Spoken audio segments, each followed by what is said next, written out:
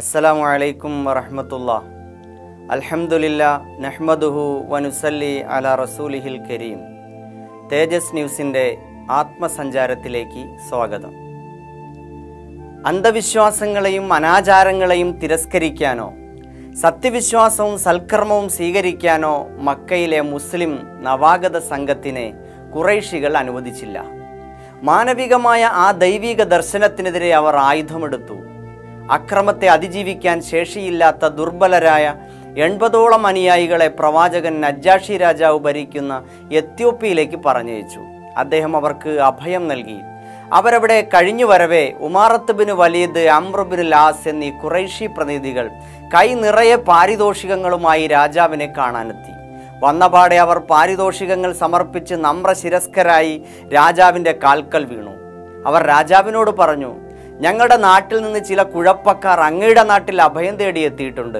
അവർ ഞങ്ങളുടെ മതം തള്ളിക്കളഞ്ഞവരും അങ്ങയുടെ മതം സ്വീകരിക്കാത്തവരുമാണ്. അതിനാൽ അവരെ ഇവിടെ നിന്ന് പുറത്താക്കണം. അപേക്ഷ അനുഭാവപൂർവ്വം പരിഗണിച്ച രാജാവ് അഭയാർത്ഥി സംഘത്തെ കൊട്ടാരത്തിലേക്ക് വിളിപ്പിച്ചു. ഉടനെ ജഅഫർ ബിൻ അബീ ത്വാലിബിന്റെ നേതൃത്വത്തിലുള്ള അഭയാർത്ഥി സംഘം എഴുന്നേറ്റ് കൊട്ടാരത്തിലേക്ക് തിരിച്ചു. അവിടെ എത്തി അദ്ദേഹം തലയുയർത്തി ആത്മാഭിമാനം സ്ഫുരിക്കുന്ന മുഖഭാവത്തോടെ സ്നേഹപൂർവ്വം രാജാവിന് അഭിവാദ്യം അർപ്പിച്ചു.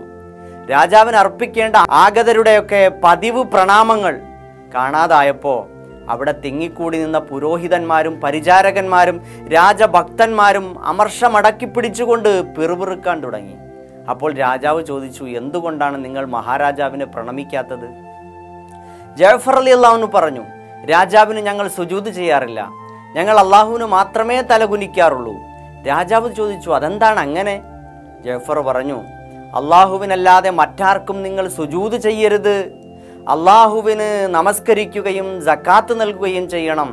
നന്മ കൽപ്പിക്കുകയും തിന്മ വിലക്കുകയും ചെയ്യണം. എന്നിങ്ങനെയാണ് അള്ളാഹു അവൻ്റെ ദൂതൻ മുഖേന ഞങ്ങളോട് അനുശാസിച്ചിരിക്കുന്നത്.